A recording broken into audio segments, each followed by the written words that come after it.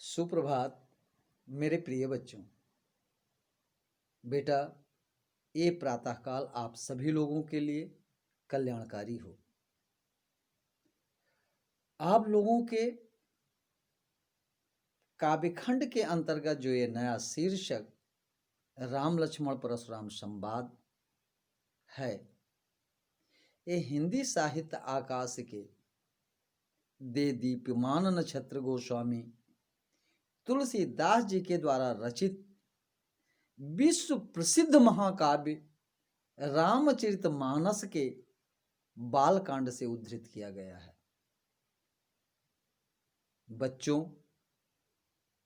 गोस्वामी तुलसीदास जी के द्वारा रचित रामचरितमानस से जो दिव्य ज्ञान गंगा प्रवाहित हुई, इसमें सुरसर सम सब कर हित हुई की भावना निहित है, जिसके अंतर्गत कविगण जहां शब्द रूपी मोतियों का चयन करके अपने साहित्य को संसार के लिए अमरता प्रदान करते हैं, दार्शनिक अपनी दर्शन के जटिल गुत्थियों को सुलझाने का प्रयास करते हैं, वहीं इस महान साहित्यकार के द्वारा इस साहित्य में समन्वय की विराट चेष्टा का समावेश किया गया है, जिसके अंतर्गत एक राजा का अपनी प्रजा के प्रति क्या कर्तव्य होने चाहिए, एक पिता का पुत्र के प्रति और पुत्र का अपने पिता के प्रति क्या कर्तव्य होने चाहिए, एक गुरु का शिष्य के प्रति, शिष्य का गुरु के प्रति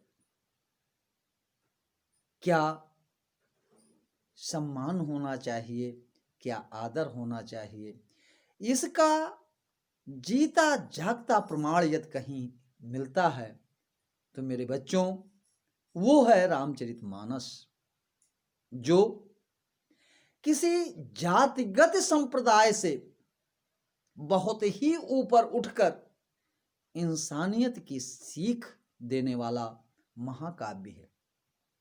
बेटा, यहाँ लोगों को किसी कारण बस थोड़ी सी प्रभुता मिलती है और वे अहंकार से मदमस्त हो जाते हैं। इस महान साहित्य में बेटा अद्वितीय शक्ति संपन्न मर्यादा से युक्त श्री राम को देखिए। जब धनुष टूटने की भीषण गर्जना से सारा संसार कांप उठता है, अत्यधिक क्रोध से उतावले हुए परशुराम जनक के दरबार में पहुंचते हैं और धनुष टूटने का कारण ज्ञात करने का प्रयास करते हैं, तो बेटा वो मर्यादित प्रभु श्री राम कितने विनीत, कितने शिष्ट, कितने संयम से उन्हें उत्तर देते हैं। कितना सुंदर एक योग्य शिष्य का, एक अच्छे नागरिक का परिचय बेटा इन पंक्तियों में मिलता है।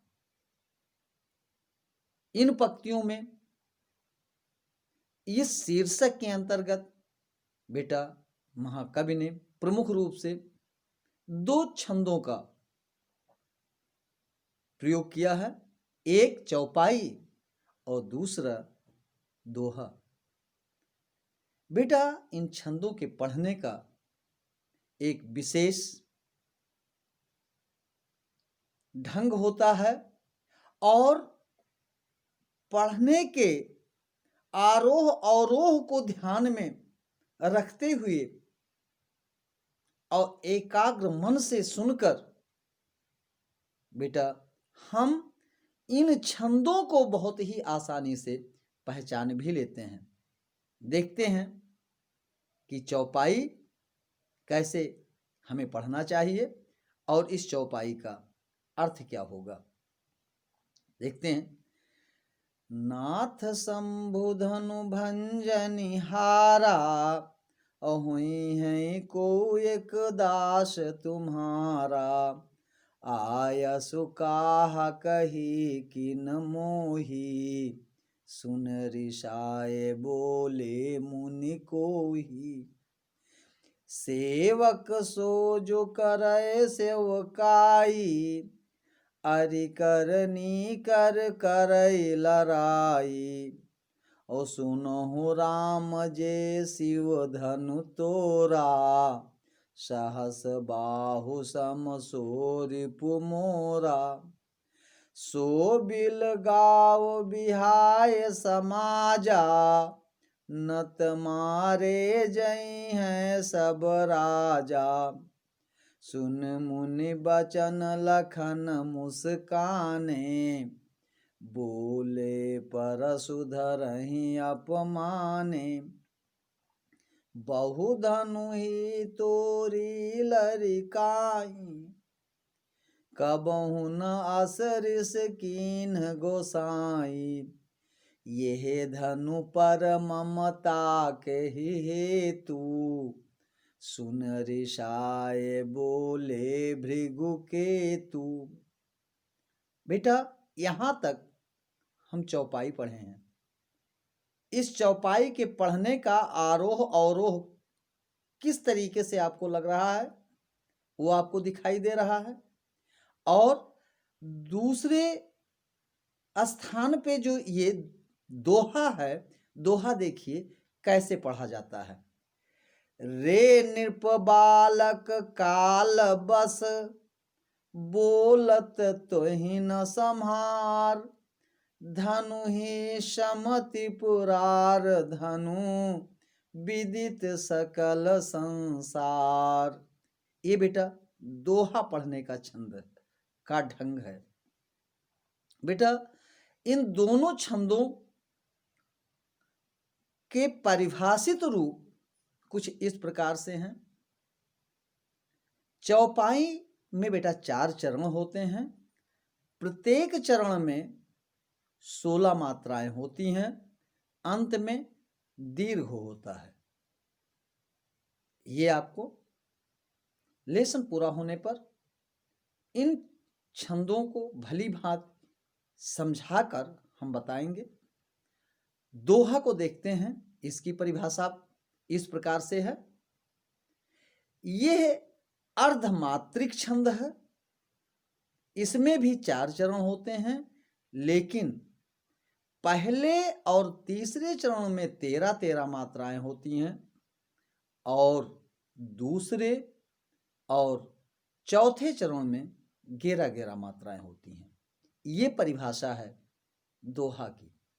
अब बेटा हम इन पंक्तियों की व्याख्या कर रहे हैं, आप लोग सुने। वे सर्वगुण संपन्न मर्यादित श्री रामचंद्र जी अत्यधिक क्रोध भरे हुए परशुराम के वचनों को सुनने के पश्चात भी बड़े ही नम्रता पूर्वक कहते हैं कि नाथ शंभुधनु, हे नाथ, हे ऋषिवर, शिव के धनुष को तोड़ने वाला आपका होई है को एक दास तुम्हारा। आपका कोई सेवक ही होगा जिसके द्वारा जाने अनजाने में ये अपराध हो गया है। आयसु काह कही किन मोही। बताइए, आयसु शब्द है। हे ऋषिवर आज्ञा दीजिए। कितने एक शिष्ट शिष्य का, एक विनम्र शिष्य का कितना सुंदर उदाहरण प्रस्तुत किया गया है कि आयस राम कहते हैं कि हे ऋषिवर, आज्ञा दीजिए, आदेश दीजिए, कहें किन मोही मेरे लिए क्या आज्ञा है। सुन रिसाए बोले मुन को ही। राम के ऐसे विनीत शब्दों को सुनने के पश्चात भी परशुराम अत्यधिक क्रोध में आकर के बोलते हैं क्या, सेवक सो जो करे सेवकाई। सेवक वो है जो सेवा करे, सेवक वो नहीं है कि अर करनी करे लड़ाई, जो अपने कार्यों को करके युद्ध के लिए तत्पर हो या युद्ध उससे किया जाए। सुनो राम जेह शिव धन तोरा। हे राम, कान खोल के सुन लो, जिसने भी मेरे गुरु के अर्थात भगवान शिव के इस विशाल धनुष का भंजन किया है, को तोड़ा है, सहस्र बाहु समसो रिप मोरा, वो सहस्र बाहु के समान मेरा शत्रु है। बेटा ऐसा सुनने में आता है कि सहस्र बाहु से युद्ध करके उसका सर्वनाश परशुराम जी स्वयं किए थे। सो बिलगाय बिहाय समाजा, वे अत्यंत क्रोध में आकर के कहते हैं, जिसने भी मेरे गुरु के शिव धनुष को तोड़ा है, सो बिलगाए, वो बिलग हो जाए अर्थात अलग हो जाए। बिहाय समाजा, इस समाज से नहीं तो क्या नत मारे गए हैं सब राजा। नहीं, एक पापी के कारण ये पूरा समाज ही नष्ट कर दिया जाएगा। ऐसे वचन को सुनकर के परशुराम के अत्यंत क्रोधपूर्ण शब्दों को सुनकर के क्या है, लक्ष्मण शेषावतार से रहा नहीं जाता है और वे बोल पड़ते हैं। क्या बोलते हैं, सुन मुनि बचन लखन मुस्काने। उनके अत्यंत क्रोधित वचनों को सुनकर शेषावतार लक्ष्मण जी मुस्कुरा कर बोलते हैं क्या, बोले परश धरहि अब माने। उन्हें उन पे थोड़ा व्यंग करते हुए मुस्कुरा कर, उनके वो क्रोधित हैं, उनके उस क्रोध, उनके मुखमंडल को देखकर मुस्कुरा कर वे बोलते हैं, क्या बोलते हैं, बहु धनु ही तोरी लड़काई। हे ईश्वर, एक धनुष के टूटने पर आप इतना क्रोध कर रहे हैं, लेकिन बचपन में मैंने बहुत सी धनुहियों को खेल खेल में तोड़ दिए थे। कबहु न असरिस कीन गोसाई। हे ईश्वर, तब तो आप कभी थोड़ा भी क्रोध नहीं किए थे, लेकिन तो यह धनु पर ममता के हेतु, हे ऋषि, हे महाशय, इस धनुष पर, इस मामूली से धनुष के ऊपर इतनी ममता, इतना स्नेह आपका क्यों है।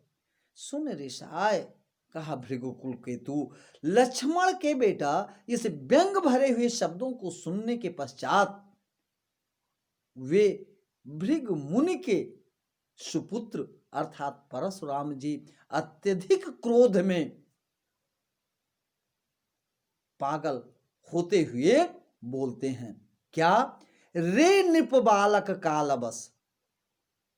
ये नृप के बालक, हे राजा के लड़के, तू निश्चित ही काल के वशीभूत है, तेरा विनाश निश्चित हो गया है।